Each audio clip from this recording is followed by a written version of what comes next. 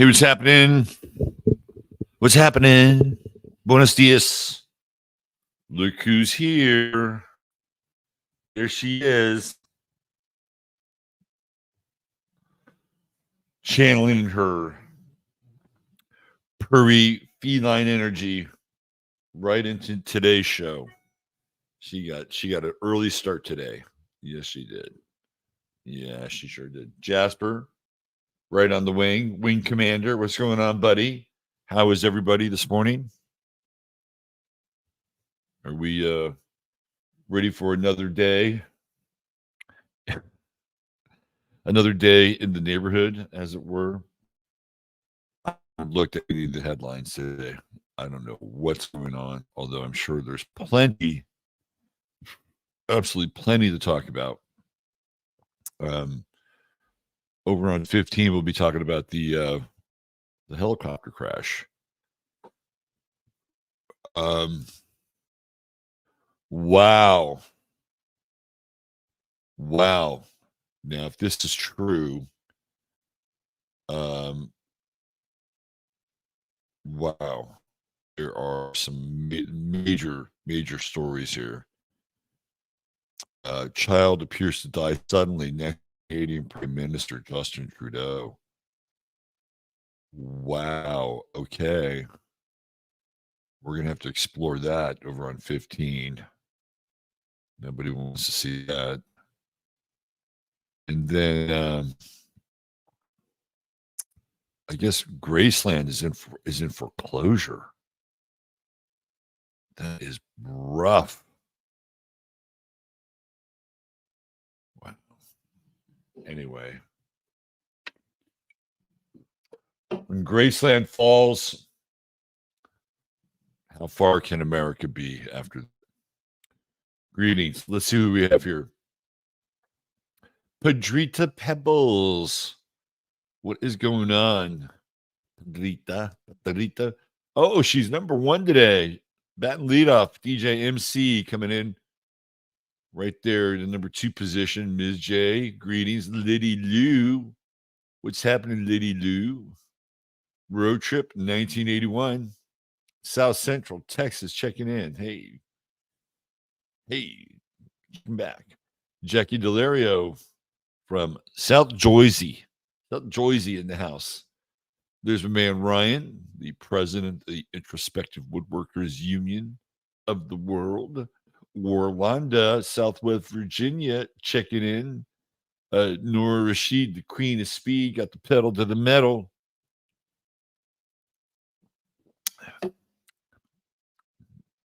Representing Albuquerque, Sharon Lewis. Good morning. Yes, I'm saying your name. How about 2 times? How about 3 times? Sharon Lewis. Here we go. Laura E. What's happening, Laura E? Kelly B., the new Texan. Kelly B. has landed. Lone Star State, look out. Miss Nikki, she's here with us. Let's see who else we have. Hey, we got a Jelena sighting.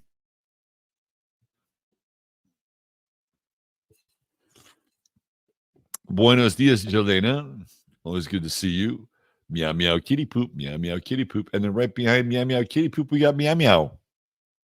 We hit the meow meow daily double. Vince Duggar, hey, what's happening, Vince? Checking in from the Golden Gate. There she is, the lovely and talented one, Dr. Jonas, ready to deliver pain to many people today. No, I'm just kidding. She's the least painless dentist I've ever experienced. Patricia McDowell. What's happening, Patricia? Rainbows and butterflies. Matt Dahl checking in from Ballarat, Australia. Hey, Matt. Welcome to the proceedings. Lisa Ann White. Finca Feliz. Lynn's with us today. Hi, Liz. Hi, Finca.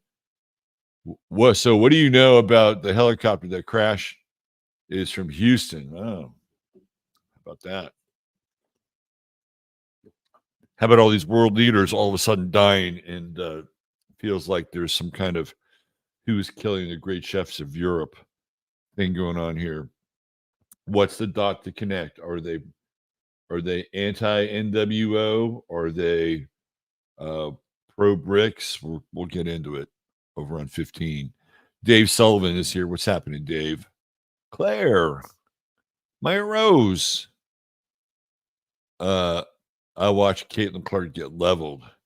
Poor lady's going through some. They are gonna. It's what you call an initiation, right? The Bull Dykes of the WNBA don't really like her. Scott Jerzik, what's going on, brother? Good to see you. SP Dimples, Europa calling. Esperanza Venstaro. Moira, it's a gorgeous spring day. It's a beautiful day in the NYC. Whitney Palm, looks like we got some assassinations. Yes, feels very much like the Assassination Club. Where my head goes? It's like, how come it's people that perhaps bring up a visceral feeling in most of us who don't get assassinated? I'll skip the names, but I think you understand who or what I might be talking about. Although I have to say, we haven't seen Klaus Schwab for a while, have we? Lives outdoors. Not a bad thing to do. This horse, my McMahon, checking in. Harry Bowie. Hey. Oh, Kate O. In Kyoto. It is 10 p.m. in Kyoto. Oh, you get to listen to this as you go to bed. All right, let's see. Who else do we have here? Justin Z, our man from Georgia. What's going on, brother Justin? Good to see you. The Blue Lotus is here. Let's see. Veronica's Barn, California, Central Coast. Checking in Cienza. What's happening, Cienza? Saw you on Twitter the other day. Let's see. Who else do we have here? I got you confused with another Kelly. Oh, I'm sorry, Kelly B. I do have you confused with another Kelly. I got my Kellys mixed up. My bad. My apologies. Well, you're still welcome in Texas. Let's see. Who else do we have here? Anybody else? Oh, no. I got to throw this. This question comes out here. Is mercury filling removal of scammer very helpful? Very, very helpful. Can't believe how helpful it is. She removed my mercury fillings, and I became a better person. I became a better person once that mercury was gone. And that's what she specializes in that. Paul the Bizak. What's up in that Bizak? Steve Thor at the door is here. Kelly B is still stuck in the Appalachian Mountains. Well, you know what? There can be worse places being stuck, I think. What's happening, Curtis Moonflower? Tucson checking in. Terry Catterley. The solar eclipse in Aries. Leaders are hitting the dust.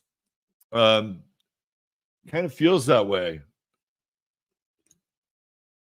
Kind of feels that way, right? It was the true node Mars conjunction that was a banger.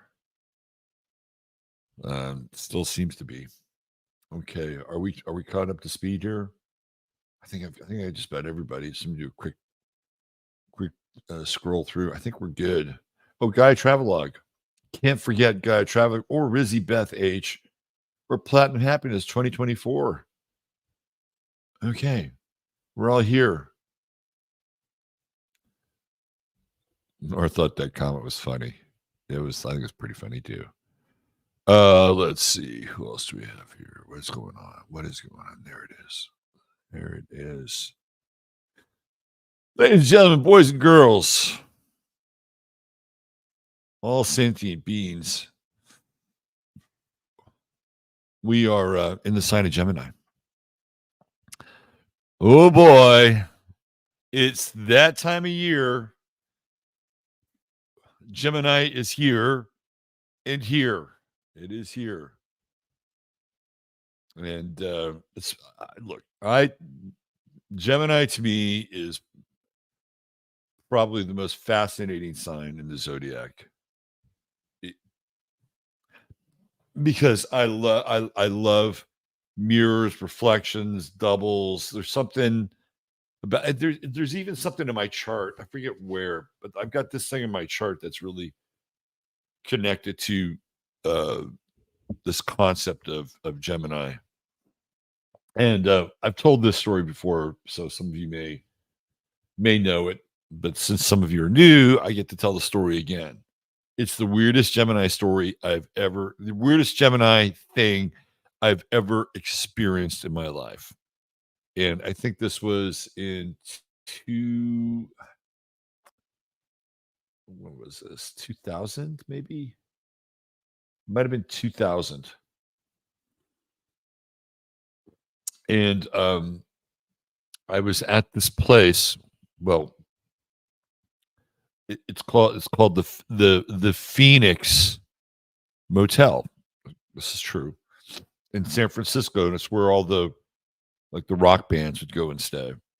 And they had a very cool bar there, and it was fairly big, and I think there was a lot happening that night, and there was some DJ thing going on, and I was with this woman, kind of a new person, right?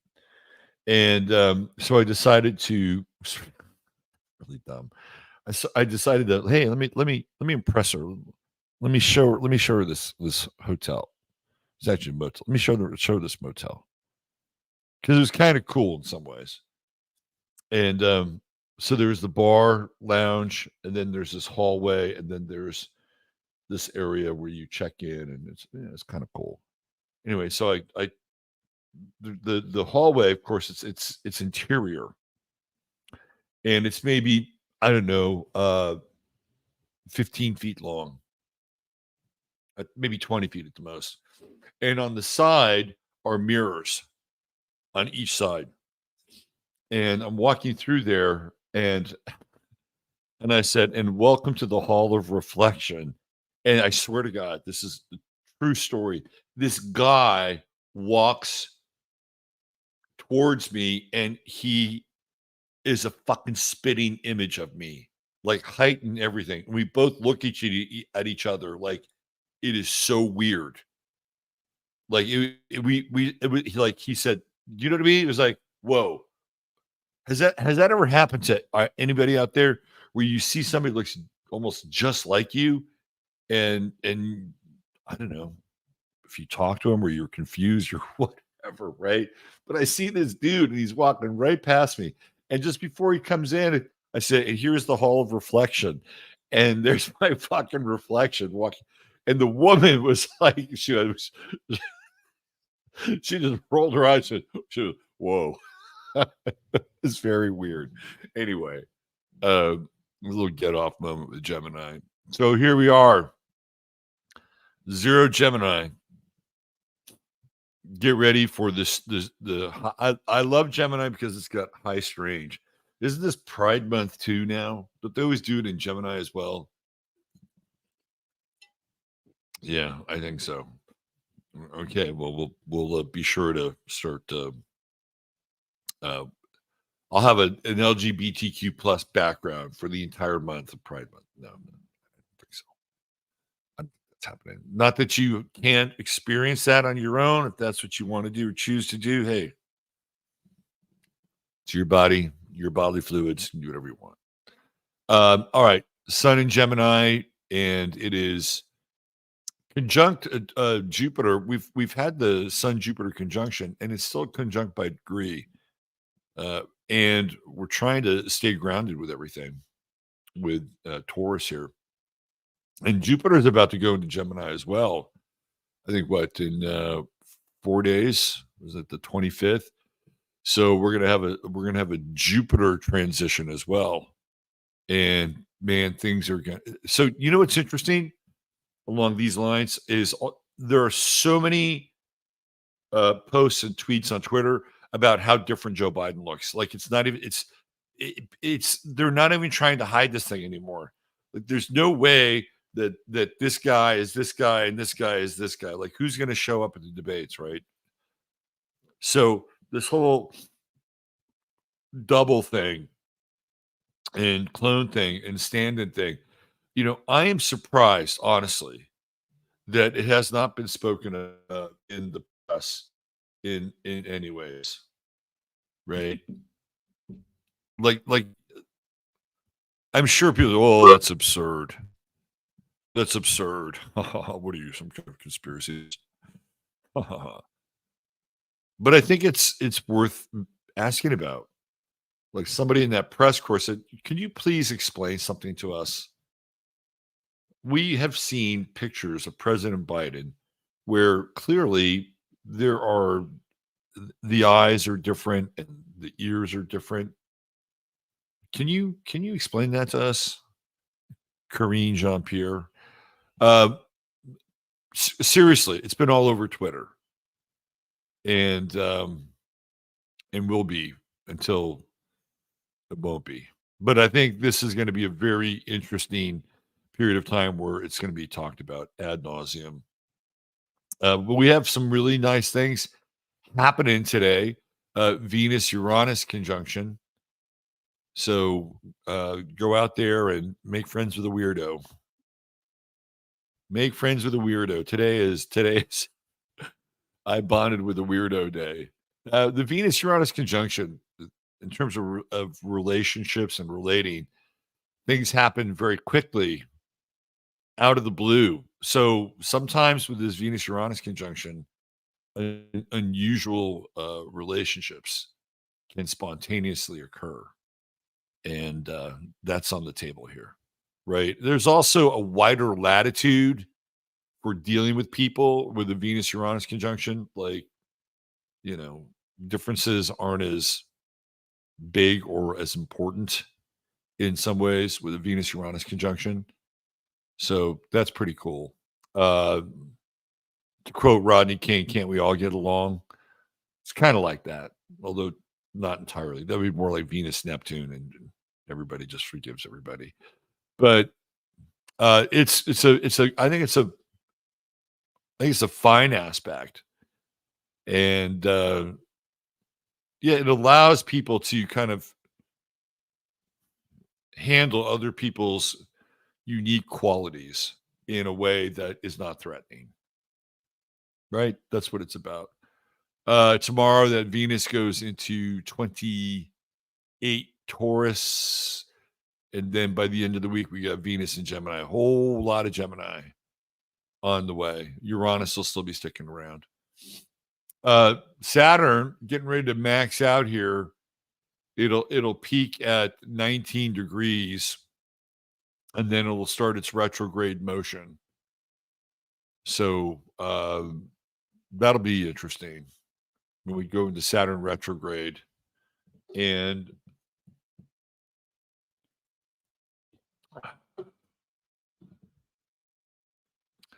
I wonder how that's going to work out. Let me think about that overnight. So when we sneak up on it, I can have a firm handle on it and not just kind of riff on what I think it could be. Because I think this is an interesting retrograde. It's the second retrograde cycle of Saturn. The first one started at 7, went back to 0, and now it gets up to 19, goes back to 14, and then it goes forward in 14. And I believe we have one more retrograde cycle after that when it goes into Aries and retreats back into Pisces. So this is the second retrograde of Saturn. And I'll spend some more time on that tomorrow. Mars has finally moved past this true node, which is, quite violent actually. And I think we have seen some of that, especially yesterday with this helicopter crash in Iraq, or I think it was what the late Sunday night our time, early Iraq time. And I'll get into some of that on 15 because we're talking about that. And I was looking at Iraq's chart, and as a country, it's in a very uh, interesting place. I'm gonna bring up Iraq's chart over on 15 today because they're going through their Saturn opposition. This version of I'm sorry, Iran, not Iraq, Iran. This version of Iran was basically started in 1979 with the overthrow of the Shah, and it is an Aries country. It was the new whatever they would call it constitution, compact, whatever form of government is Aries by nature. So that's interesting because there's always been this kind of existential threat with Iran, and I just wonder if it has a lot to do with the astrological chart of the country, which is very well. It only has the sun in Aries, so it doesn't have a bunch of other planets. But as a signature for the country, it's all about conflict, and it's all about overcoming conflict. So it's kind of baked in the cake. We'll look at that today over on 15. The T square alert is on. We have the moon in Scorpio opposing Mercury, squaring Pluto. It's a little obsessive. It's a little obsessive here. Now, by the time we get into later tonight and tomorrow, that moon is starting to break away, and its gravitational field or pull with Pluto is a bit lessened today, is kind of the height in some ways.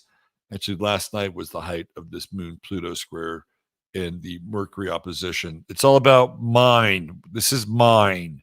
Mine, mine, mine. I own this. This is mine. And then Pluto says, you didn't build that business. You don't own it. It belongs to us. We own it. We own it for the greater good. So this is an interesting, uh, basically less than 24-hour aspect where people are defending their psychic territory. Sometimes you got to do it. Sometimes you got to get in there. You got to roll up your sleeves and say, fuck it. I did build this business, or this thing is mine, right? Sometimes you have to do it. Other times it's like, okay, am I going overboard here? Is this over the top? Am I paranoid? Do I feel like somebody's trying to take something from me? What's real about this? Because the moon in Scorpio gets your attention. If we're looking at the more zoomed out perspective, I'll bring up the housing market, and there's a lot of buzz around the housing market, but not good buzz, bad buzz. We're talking about uh, these conglomerations that are coming in and buying homes, or they're building brand new subdivisions. They're building them and they're turning them immediately into rentals, right? So this whole idea of Pluto and Aquarius and the greater good and the community, the communitarian component of Pluto and Aquarius is challenged here. To me, this is really about home ownership and the daunting prospects of home ownership for younger people in this country. So this is I would assume that we're going to hear some of this today, and some of the videos of young people just saying I'll never be able to find a home or afford a home, and you boomers suck. Although I have to say Gen Z has been pretty, what's the word I'm looking for? They've been pretty neutral when it comes to the boomers. Not all of them, but they've been pretty neutral. Um, the boomers, by the way, would be their grandparents. So if you do the generational math, the boomers, their children are Gen X, and then Gen X's children is Gen Z. That's how that happens, right? Boomers, Gen X, Gen Z. Silent generation, Generation Jones, i.e., yours truly, and then theoretically, my kids should have been born during Pluto and Scorpio. So theoretically, my kids should have been millennials. Skip that. Got to be a Gen Zer. When shopping for a kid, stop in the Gen Z aisle. Yeah, I'll take that one over there. That'll work. It's this is the most dynamic tension that there is today, and eventually when that moon moves into Sagittarius, which it will 2 days from now, the emotions will be clearly a bit more free. I'll tell you what I like about this over here is Pallas is in Scorpio and it's retrograde. And so Pallas is all about pattern recognition. And in Scorpio, anytime it's in a water sign, it tends to be psychic. So Pallas retrograde in Scorpio is really good for untangling things and figuring out what's going on by deconstructing the event itself. So I really like it. So if you want to figure out, what's going on and try to understand whatever, right? Like if you have a problem and you want to try to fix the problem, this Pallas retrograde in Scorpio is pretty good. And it's not just for like, I don't know, dark matter or anything conspiratorial or untying knots. But I'll give you an example. So I have this printer over here. I know it sounds quite mundane, but I have this printer that I inherited from my mother, and I'm trying to get it to work because I need to print some documents, which is rare because really who uses printers that much these days? And I couldn't get it to work. So I called Epson, not Epson, HP. It's an HP. And I went through all the steps and processes. Again, it's kind of a retrograde thing to get this thing up and running. And the customer service was really fantastic. It was great to actually have a positive customer service experience yesterday. And they even said they'll send me a new tub of toner or black ink. Like, hello, this is fucking great. And then she wanted to upsell me on this program where I get a thing of ink sent to me every month, and I don't use it that much. And then it's like I felt guilty. It was almost like I wanted, you've been so cool to me, and you helped me through this thing. You got it all fired up again. I almost feel obliged to sign up for your program. Maybe that's part of the sales technique. I don't know, but it's a minor thing, right? But it was started off because I had to kind of go back and deconstruct a major thing through a document, and I needed to print the document in order to do it, right? So that's Pallas in Scorpio retrograde. So if you need to figure things out and you have to go in and pull up the hood and figure out what's wrong, it's a good time to do that. So just saying. Let's just do a quick check-in with some of the asteroids, which we seem to neglect every now and then. We also have Ceres in Capricorn. It's also retrograde. It's kind of in this opposition with Vesta, which is in Cancer. And I felt like, I was definitely feeling that over the weekend. Vesta's the oldest of the asteroids. And in Cancer, it has a lot to do with tradition. And, it's like, what are the traditions that we hold dearly in our lives, which seem to have been shattered and scattered to the wind since COVID. And so with this opposition with Ceres retrograde is also asking us to look at how we rebuild some of these things. Capricorn isn't the most nurturing of signs. Don't get me wrong. There are some Capricorn people out there that are nurturing. Because I know some of you are Capricorns and you're listening, so I never want to exclude anybody. There are 12 delicious flavors of ice cream in the zodiacal bowl. But this is interesting because I think Ceres in Capricorn is a reminder of how we need to at times step back and look at these things that we've taken for granted institutionally. Like even something like Graceland, which I just kind of threw out there, like Elvis Presley's a Capricorn. And, I know it sounds silly, but it's like, it's the Taj Mahal of America. It really is. Like somebody's got to go in and save fucking Graceland. I'm sorry. You got to save Graceland. It is. It's not just the Taj Mahal. It's I don't know what would it be? It's like the manger. It's like the manger where Jesus was born in America. Seriously. Um, but it feels like that there is something going on here with these asteroids that have a lot to do with tradition and not forgetting these things, not forgetting these people, not forgetting these times, not forgetting where we've been. And because it's, here in the West, it's so easy to just disregard our ancestral energy and our ancestral roots. And not only is it easy to disregard it because of how we've been socially engineered, but now it's even threatened. It's completely threatened by the X factor, which has been introduced in all the countries in the West. So we're starting to think about these things more and more and more, and it's not xenophobic. It's not xenophobic.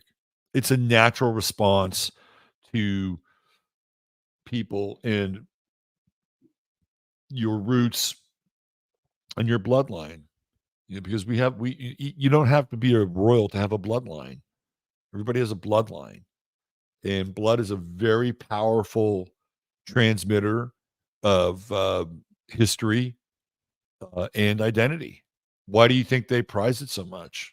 It's powerful. Blood is powerful shit, right? So what's happened to us is that we have been conditioned to disregard our bloodline, and a lot of it, I think, is you know really socially engineered. Some of it has to people having fucked up childhoods and saying, okay, well, I'm divorcing my parents or whatever, right? That's part of it. And I think some of that is obviously intentional in the social engineering circle. Yeah, and again, I'll bring in Harrison Butker. What Harrison Butker, I think, is calling for is a return to that sacred pact that two people share, that they have offspring, and that there is this link to them, to their past, right, to their distant past, and then a link to the future that they are nurturing and growing and building towards. And we have just so lost touch with that in a very significant way. And I know that clearly for me, being in the 11th house and you guys sort of being 11th house people because you're here, that we also have this opportunity to connect with others who are not a part of our family, which I think is important in its own right. But it just feels like that we've been transmogrified in some ways to not take these things as seriously. In the 60s, there was this whole kind of revolution with the youth and being old, and it was like, oh, well, if you're old, you're done. You're done. So that all started in the 60s. Before that, there was this bridge between, who was new in the family and who was old in the family. And, there were links to that really important type of relationship. And everything got atomized in the 60s. And so Madison Avenue knew that the baby boomers were many, they were legion. And so they were capitalizing on their youth. And in order to capitalize on their youth and give them power and buying strength and uh, economic clout, they took the older generation and basically um, put them up as a contrast and say, you don't want to be that. You don't want to turn into these people. You want to celebrate your youth. You want to celebrate your vitality. You want to celebrate your difference. And that's when a lot of vanity really began to set into our culture. Not taking care of oneself and having self-respect, but vanity. Anyway, that's a whole other discussion. So I really like this, And it just feels to me like I've been going through it in my own way, especially with the retrograde with Ceres. And how do we treat older people in our lives, in our society? Um, what else we have here? I really like this Jupiter Neptune sextile, and that kind of gets into some of what I'm talking about, and kind of an overall kindness or empathy or compassion. It's very spiritual, actually, this Jupiter Neptune sextile. So keep your spirits up today. Keep your spirits up and uh, expect a miracle. Expect a miracle. That's what I'm going to leave you with today. Expect a miracle. And not in a demanding way. Like, God damn it. Robert said I was going to get a miracle today. But in a way where you leave space for it. And maybe you can be the person that is the activator of the miraculous. All right. Let's get into our star of the day. What a fascinating person, I have to say. A fascinating person, our star of the day. And let me just go here. Today's True Hemp Science star of the day is Ricky Williams. And before I get into Ricky, let me get into True Hemp Science. That is your one-stop shop for all things CBD. And it's not just any CBD, it's organically sourced CBD, the best stuff you can find. And Chris is meticulous with his blends. And you are going to get the most refined CBD product that you can get on the that much I'm completely and 100% invested in, because I've tried every CBD product on the internet. No, I haven't, but it's very good stuff. And there are topicals there. There are water-based. There are nano emulsified, you name it, spagyrics. You can get anything you need for your CBD needs over at True Hemp Science. All you got to do is type in 15MINS, 15MINS. When you get $100 or more, and you get a free goodie bag. So you're getting product on top of product, which is always good. $150 or more gets you free shipping, and there's always a 30-day money-back guarantee. TrueHempScience.com. All right, let's talk Ricky. Now, I've always been fascinated by Ricky. I met Ricky. I've got a picture of me and Ricky together. I met him, I don't know, maybe 3 years ago. Seems like it now. And he was giving a talk at the Austin Astrological Society. And Ricky was a pro football player, and not just a, kind of a rank and file guy. Ricky Williams was a star. Ricky Williams was a Heisman Trophy winner, and he went to the University of Texas. And as a pro, his first few seasons were phenomenal.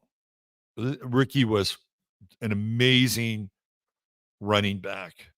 And then at a certain point, he started to have challenges. And his challenges had to do with marijuana.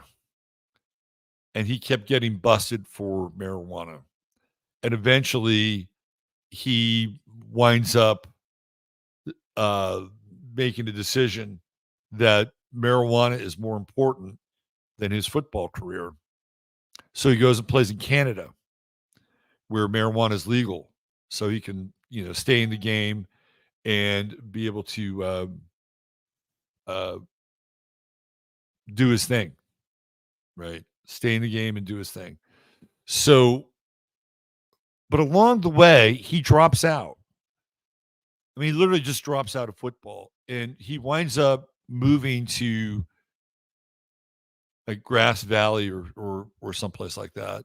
And he winds up studying meditation and yoga through the Self-Realization Institute and the tradition of Paramahansa Yogananda. So Ricky basically steps away from the game. kind of at the height of his career.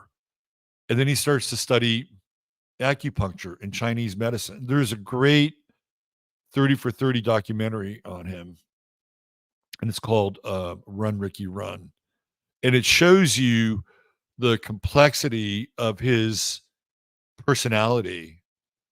And eventually he winds up coming back to pro football and doing incredibly well, and winds up playing the game on his own terms. He's a tremendous athlete. Now, his past is weird in a lot of ways. So let's get into it.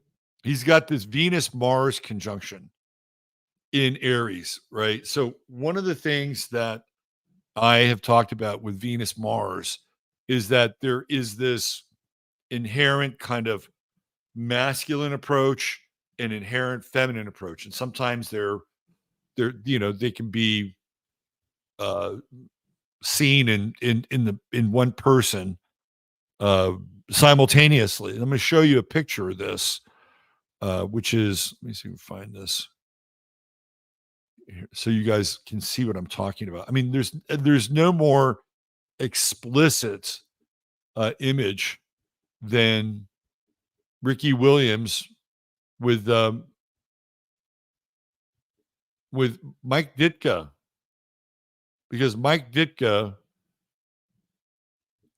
gave up everything in the draft. Everything in the draft. Like when a player's drafted, he had all these other picks. He gave up every pick. The New Orleans Saints gave up every pick in the draft to draft Ricky Williams. And this is Mike Ditka on the cover of ESPN magazine that's Ricky Williams, for better or worse. So here you go. There's your Venus Mars conjunction. And you may say, well, this is an MK Ultra ritual.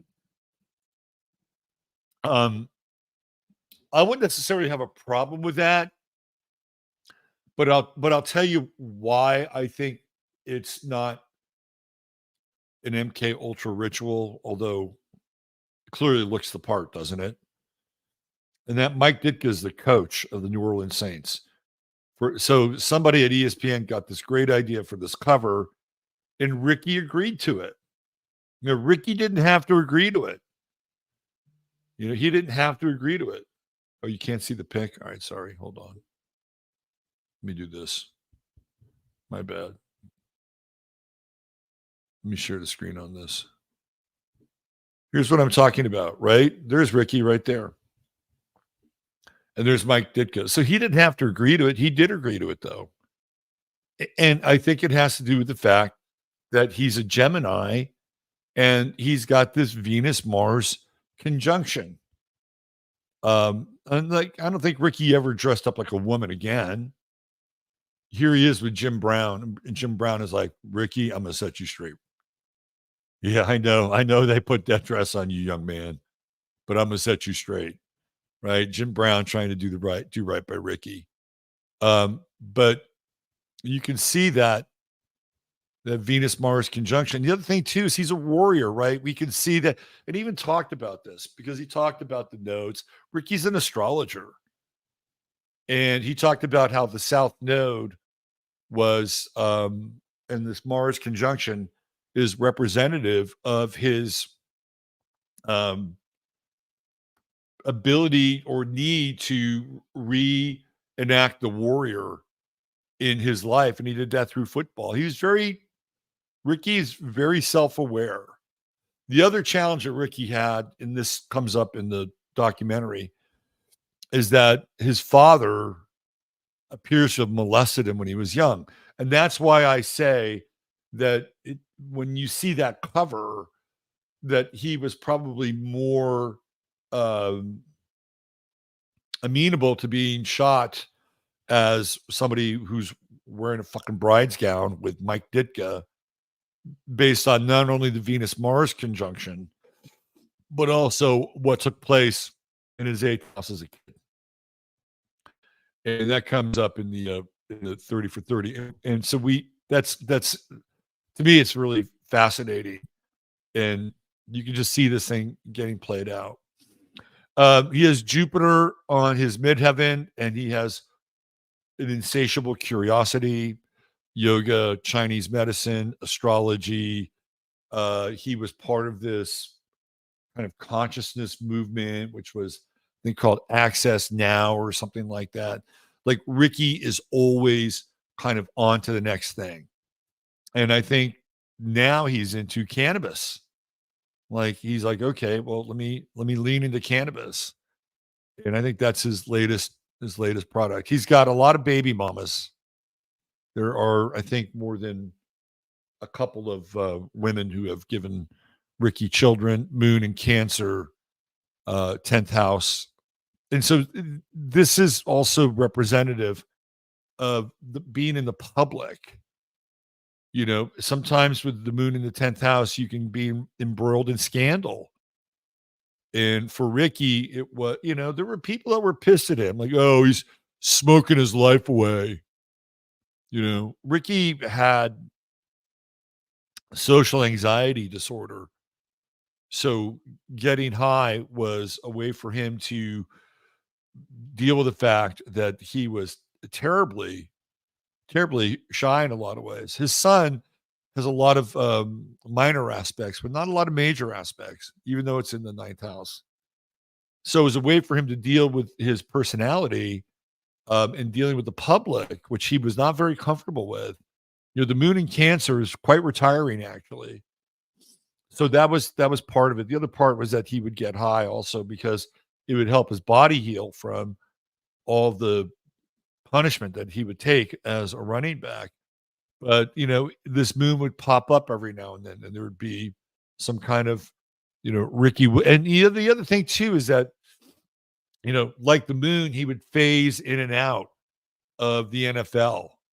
Right there was the time where he's in the NFL, and then he is not in the NFL, and he goes to Canada and plays football, and then he drops out, and so he's phasic, right? And he'll go through these phases where he's also, oh look, this is Ricky's new thing.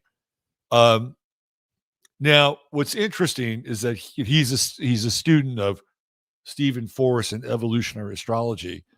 So here's what he did. He said to himself, I've got to get into my true node in Libra. And I love Michelle. But when Ricky Williams took on his wife's name, she was like, that has nothing to do with astrology. And because Ricky was saying that it was astrological. And actually it does, because he took on his wife's name. I think Ricky's real name is Eric, and Ricky became his name. So he's Eric now, and he took on his wife's name. I don't know what his last name is. I forget her name. But, he did that to consciously blend with his true node, which was relationship and balance and the other. So this guy went all the way with astrology, right? He went all the way. And you may think, well, that's silly. Why do you have to do that? Well, he's got the Venus-Mars conjunction. He's trying to meld the masculine and the feminine together. Anyway, this is why I think Ricky Williams is so fascinating, because you can see everything in his chart, pretty much, right? Everything is there. It's an open book. And as an individual, I think he's a really, really bright guy, and has a kind of an insatiable curiosity to learn new things. And Virgo rising, you can always see that whatever he's doing is related to health, whether it's the Chinese medicine, the tinctures, the acupuncture, the CBD, the THC. It's always about some form of healing for Ricky. So there's your True Hemp Science star of the day, the great Ricky Williams. Speaking of the star of the day, I do have the star of the day. If you're interested in purchasing one as a gift for somebody, that's on my website. I do something very similar to this. It's about 25 minutes long, and it's a nice format. It has an intro and an outro.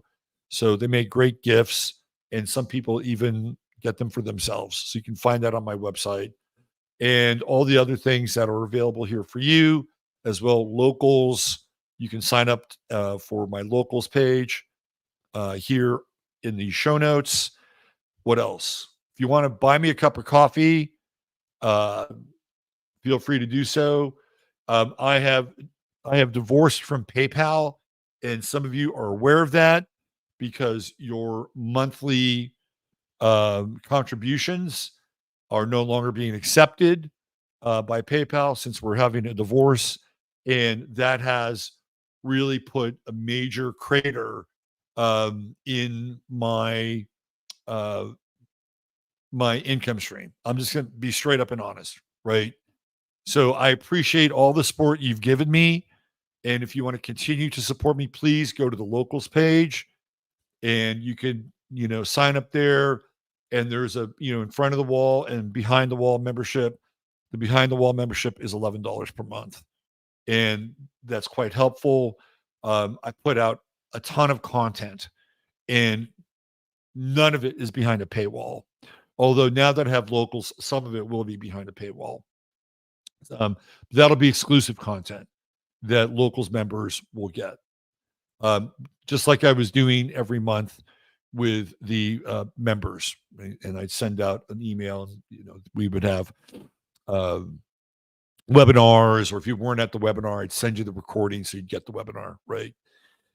So I'm just letting you know that my divorce from PayPal has impacted my income stream, my ability to make a living. So if you want to help out there, a blow against the empire, sign up for locals. At the very least, sign up, become just a member. And if you want to become a supporter, you can always do that.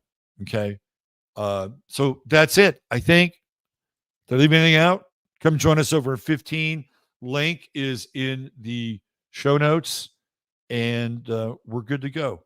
Thank you all for being here. Thank you for supporting the show in any way, shape, or form that you do. I really appreciate it. And have yourselves a blessed day. Take care and bye for now.